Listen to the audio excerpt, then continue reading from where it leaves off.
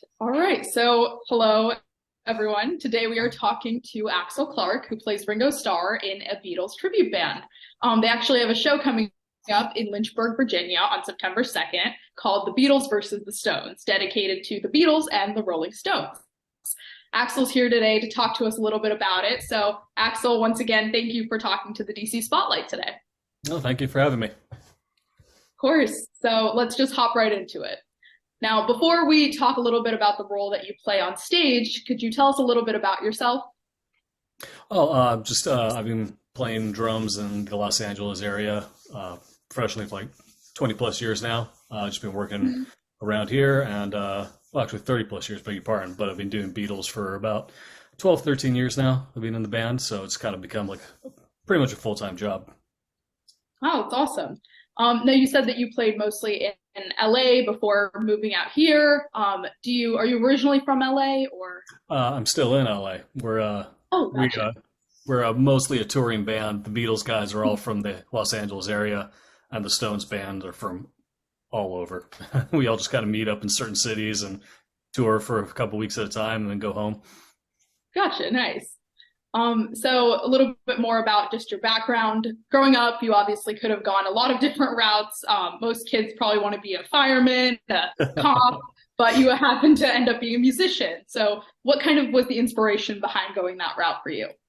I guess I have to pin the blame on my dad somewhat. He played guitar insane. He wasn't a professional, but it was always part of my life. And he always had, cover bands he played with for fun, and he could never find a drummer.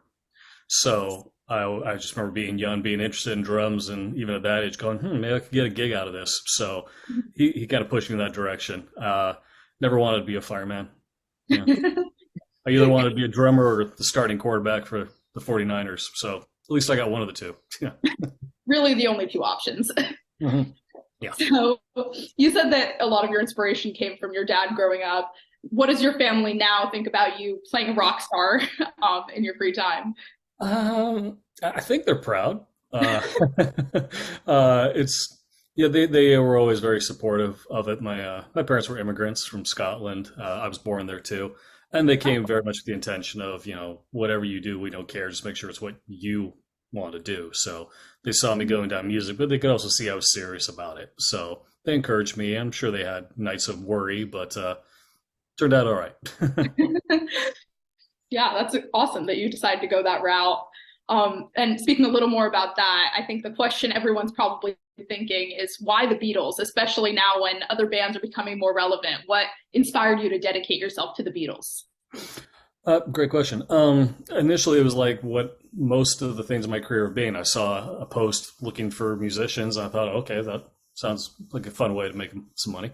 But once again, going back to my background, I grew up on the Beatles. It was always playing in the house. So the songs were just osmosis. And yeah, I mean, you can put the more relevant term on some other artists and bands today, but the Beatles have never gone away. They're always still there. Any artist who tells you they weren't influenced by the Beatles either don't know where their influences are coming from or they're lying. So they're still absolutely relevant, and we still see in the audiences from people in the 90s to people who are 9 out there enjoying the music. So they're still relevant artistically, entertainment-wise, and every musician loves the Beatles. Once again, if they say they don't, they're lying. The Beatles are ice cream. Everyone likes it. Very true. And going off of your point a little bit, just seeing as so many people from young to older audiences do know about the Beatles and their influence, it has to be challenging playing a figure that is so well known. Is that the case with you playing Ringo? Yeah, it's the case for all of us. Yeah, you're playing. It's like doing like you're getting cast in a movie to play a famous person that everyone knows. Like what's his face, Austin Butler and Elvis just last year. Mm-hmm. Yeah. It's kind of no matter what you do, someone's going to think you're doing it wrong. There's a challenge, but it's part of the job. You have to constantly police yourself. We're constantly filming ourselves and looking and making sure that our personalities or our playing styles aren't starting to creep back in, so you can keep it honest and legitimate. And it's challenging with Beatles because everyone knows those records, as opposed to the guys in the Stones band. The Stones have decades of touring versions of songs that you can draw from, and people aren't going to blink.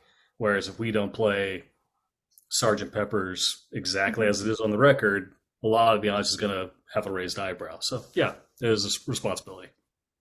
I was actually going to, you beat me to the punch a little bit, but I also grew up listening to a lot of the Beatles. My dad used to sing Blackbird to me when I was a kid.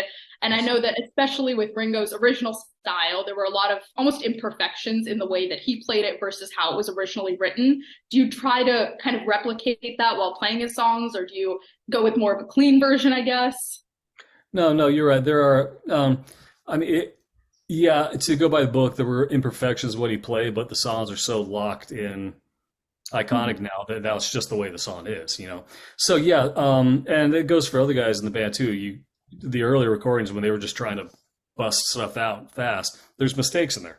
There's missed notes. There's someone goes to the wrong place, and yeah, if you're going to be totally committed to the bid, you have to play those mistakes because they're part of what's there. So yeah, you have to honor even when they messed up. Yeah.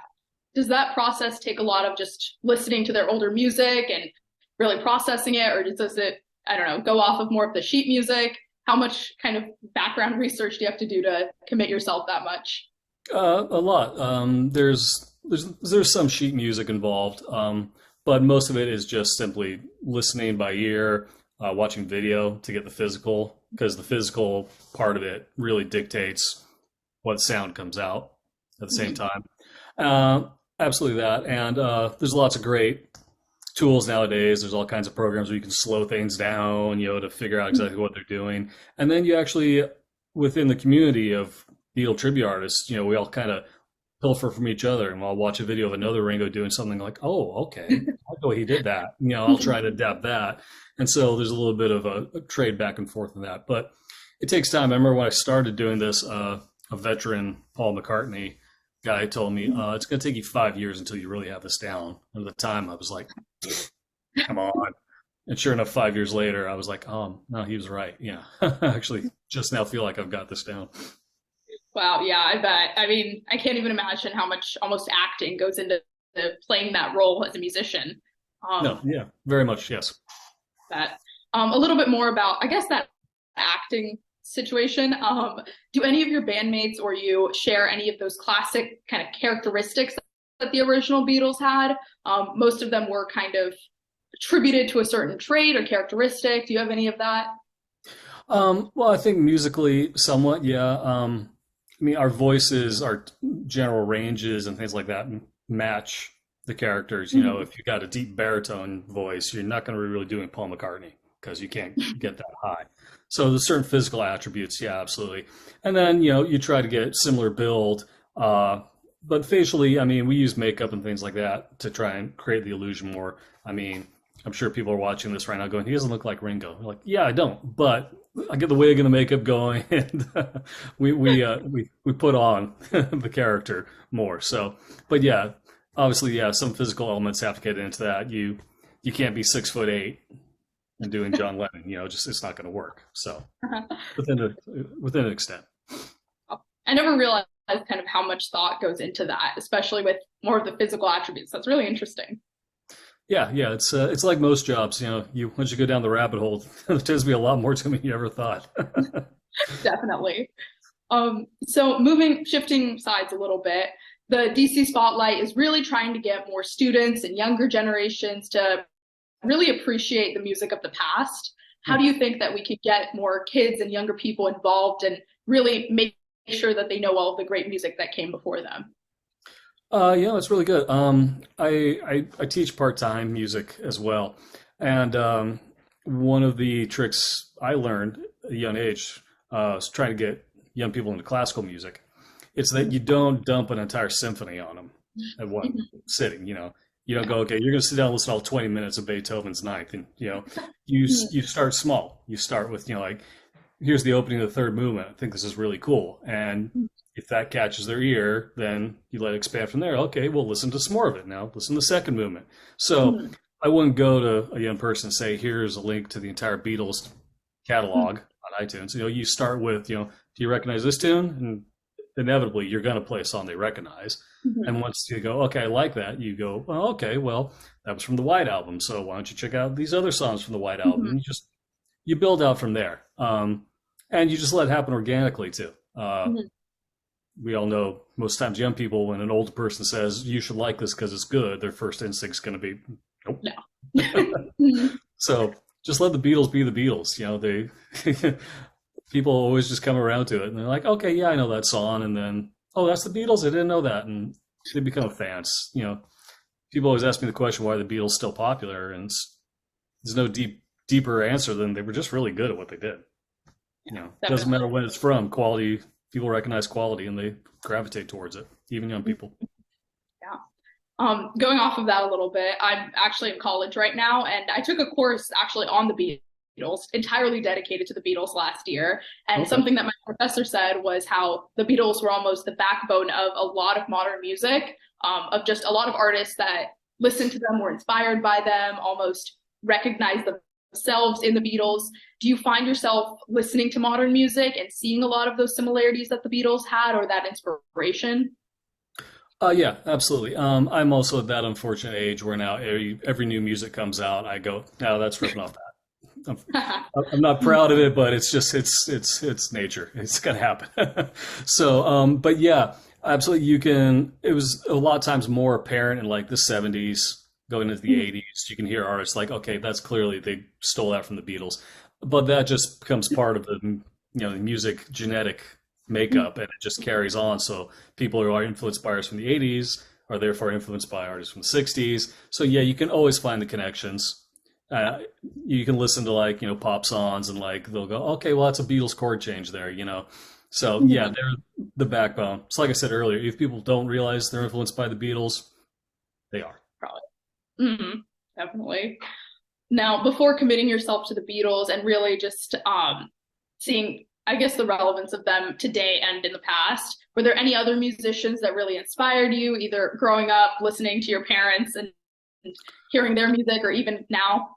Yeah, yeah. Coming of age in my time, that was like the start of uh you the I guess you could say speed metal. So I grew up on early Metallica and Anthrax and Slayer and bands like that. But at the same time, any band that had great drumming, I was just instantly attracted to. So whether it was Rush or U2 or, Guns N' Roses, just, stuff with good drumming was my appeal.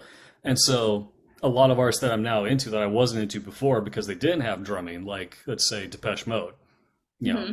I'm a 14-year-old drummer. I don't want to listen to a band that's using drum machines. Why would I like that? But Hmm. now, later in age, I can listen back and go, "Oh man, they were really good." I kind of missed missed the boat on that one. Yeah. No, that's great. Specifically with the drumming, I think you can really hear it in a lot of that older music, and it's just impressive. It's crazy how great they are. So I really appreciate yourself as a drummer. That's amazing. Thank you. It still happens nowadays. I'm doing a top 40 gig for a friend out here, and they sent me a list of modern songs, and so I'm like learning them. And a lot of them are like drum loops and stuff done on the computer. But there was a Paramore song from like 10 years ago, "Still Into You," that had a Yeah. live drummer on it. I was like, ooh. So I was really getting into that song, playing it because I could Uh, recognize that's a human being playing. I got all excited. So it can still happen with modern music too, or last decade at least. yeah, definitely. So to wrap up a little bit, you have that show coming up in Lynchburg, Virginia, called The Beatles versus the Stones, Mhm. where everyone can really reminisce about the Beatles and the Stones and listen to a lot of their best hits. How are people able to get tickets for that show and attend? Great question. And I'm sure you guys will have a link for this. I know it's in Lynchburg. I can't remember the name of the theater, but I apologize. I should have had that on hand. You're fine. We actually will have it on the front page of the DC Spotlight newspaper, so people will be able to click that ad and it'll take you right to it. But I can say what you'll get is like back and forth the Beatles Stones. We do like 20-minute mini sets each, and we go through all the different costume changes in different eras for each band and play hits throughout the career. And then at the end of the show, we come together for a little encore mashup surprise that people always seem to love. So even though I don't know the particulars of the show itself is great. Great. I know people will definitely be rushing to get their tickets So thank you again for talking to us today. This has been amazing to hear about your band a little bit. So thank you a lot. Thank you very much for talking with me. I appreciate it.